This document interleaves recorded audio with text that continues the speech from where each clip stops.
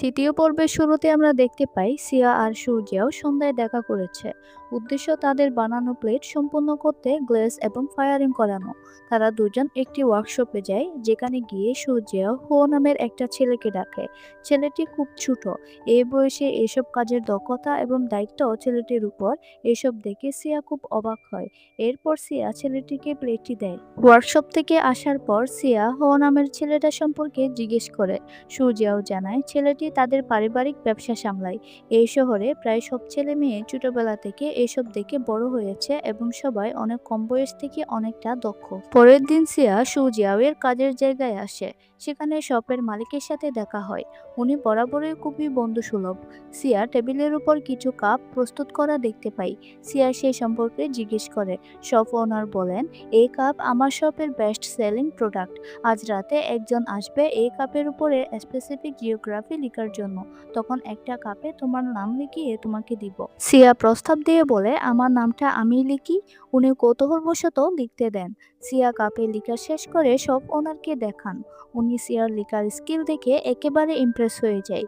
উনি সরাসরি সিয়াকে প্রস্তাব দিয়ে বলে, অন্য কাউকে দিয়ে করলে অযথা অনেক টাকা দিতে হয়।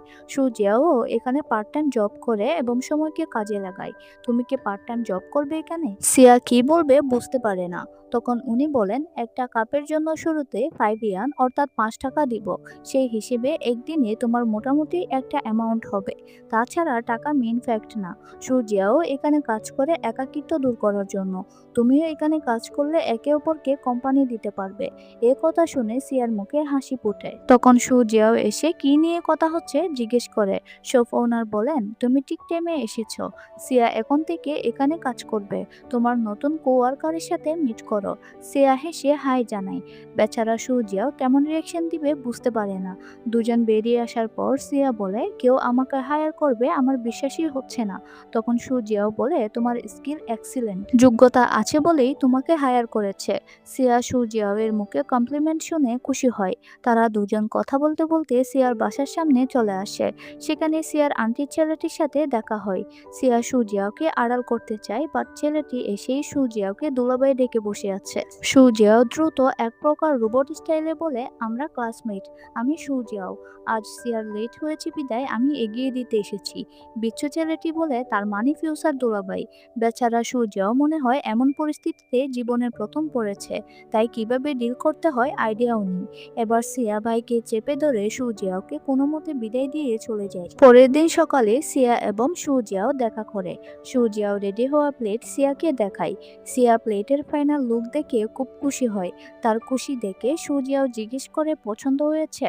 সিয়া হেসে হ্যাঁ জানায়। সিয়া ইমোশনাল হয়ে বলে, আমি এই প্রথম চেনামাটি দিয়ে কিছু বানিয়েছি।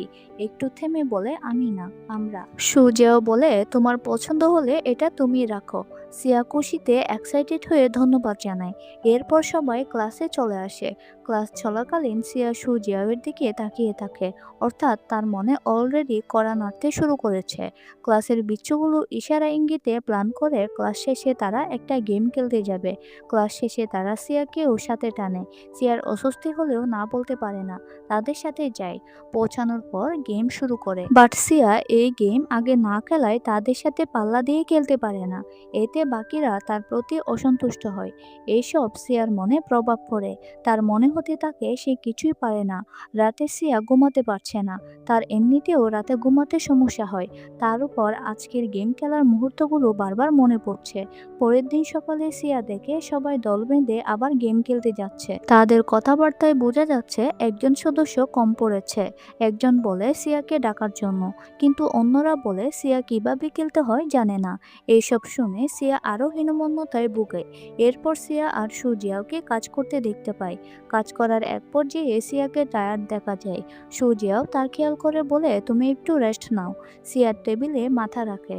সেভাবেই সূর্যাওয়ের দিকে তাকিয়ে থাকে। কিছুক্ষণের মধ্যে ঘুমিয়ে পড়ে। ঘুমানোর পর সূর্যাও সিয়ার দিকে তাকিয়ে থাকে। প্রায় অনেকক্ষণ পর সিয়ার ঘুম ভাঙে। সিয়া নিজেও অবাক হয়ে যায় সে কিভাবে এই অসময়ে ঘুমাতে পারলো তা ভেবে।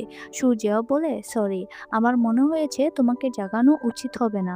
সিয়া হেসে বলে, ব্যাপার না, আমার খুব ভালো ঘুম হয়েছে। হয়েছে। এরপর সিয়া সূর্যের ফিনিশিং দেওয়ার দিকে তাকায়। এই কাজ করার সময় একটা সাউন্ড হচ্ছিল। সিয়া মনোযোগ দিয়ে শুনে। রাতে সিয়ার চোখে ভাসে কিভাবে সে সুজিয়াওয়ের কাজের সাউন্ড শুনে শুনে ঘুমিয়ে পড়েছিল। অবাক করা বিষয় হলো এসব ভেবে সিয়া রাতেও কোনো ঝামেলা ছাড়া ঘুমিয়ে পড়ে। পরের দিন দুজনকে আবার কাজ করতে দেখতে পাই। সিয়া চুপি চুপি ফোনে রেকর্ডিং অন করে টেবিলে রাখে। রাতে রেকর্ডিং অন করে।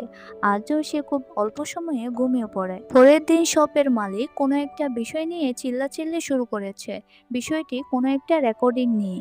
এসব কিছু উনি মূলত সুজিয়াওকে বলছেন। তখন সেখানে সিয়া আসে। কোনো সিক্রেট রেকর্ডিং এর কথা শুনে সিয়া ভয় পেয়ে যায়। নিজে চুরি করে রেকর্ডিং করেছিল সেটা ভেবে বসে আছে। সিয়া ভয়ে বলে, আমি সরি, আমার না বলে রেকর্ড করা উচিত হয়নি। তারা দুজন আবুল হয়ে যায়। শপের মালিক ব্যাপারটা অল্প বুঝতে পেরে সেখান থেকে বাহানা দিয়ে সরে যায়। সূর্যাও এসব কি বলছে জিজ্ঞেস করলে সিয়া বলে, তোমরা আমার রেকর্ড করার বিষয় নিয়ে কথা বলছিলে না? সূর্যাও না জানায়। এবার সিয়া বোকামি করেছে বুঝতে পেরে চলে যেতে চাইলে সূর্যাও থামিয়ে দেয় এবং জিজ্ঞেস করে কি রেকর্ড করেছে। এবার সিয়া স্বীকার করে সে সুজিয়াওয়ের পলিশ করার সাউন্ড রেকর্ড করেছে। সিয়া বলে, আসলে আমার ইনসোমনিয়া আছে, আমি সহজে ঘুমাতে পারি না, বাট তোমার কাজের সাউন্ড আমাকে ঘুমাতে বেস্ট হেল্প করেছে। সিয়া সরি বলে। সুজিয়াও বলে, ইটস ওকে, কোনো ব্যাপার না। রাতে সূর্যেও সিয়ার কথাগুলো ভাবে। এরপর সিয়াকে মেসেজ দিয়ে বলে, আমি তোমার বাসার নিচে আছি, একটু নিচে আসো। সিয়া মাকে বুজুম বাজুম বুঝিয়ে নিচে আসে। সূর্যাও নিচে ওয়েট করছিল। সিয়া কেন ডেকেছে জিজ্ঞেস করলে সূর্যাও একটা গিফট শপিং দেয়। সিয়া এসব কেন জিজ্ঞেস করলে সূর্যাও বলে, তোমার জন্য। সিয়া খুলতে চাইলে সূর্যাও আটকে দিয়ে বলে, এখন না, আমি চলে গেলে তারপর খুলবে। বেচারা এক প্রকার রংধনুর মতো অনুভূতি নিয়ে চলে যায়। সিয়া উপরে এসে গিফট খুলে দেখে একটা ছোট রেকর্ডার। সিয়া রেকর্ডার অন করে দেখে সেখানে সূর্যাও নিজের কাজের পলিশ করার সাউন্ড সেট করে রেখেছে, যা সে সূর্যাওকে তখন বলেছিল। তারপর সিয়া রেকর্ডার অন করে শুয়ে পড়ে এবং সূর্যাওকে মনে করতে করতে অল্প সময়েই ঘুমিয়ে পড়ে। এখানেই তৃতীয় পর্ব শেষ হয়। আমরা বুঝতে পারি দুজন মনের দিক থেকে অনেকটা কাছে চলে এসেছে, শুধু দুজন বুঝতে পারছে না। সো দেখা হবে পরের ভিডিওতে। Until then, bye by.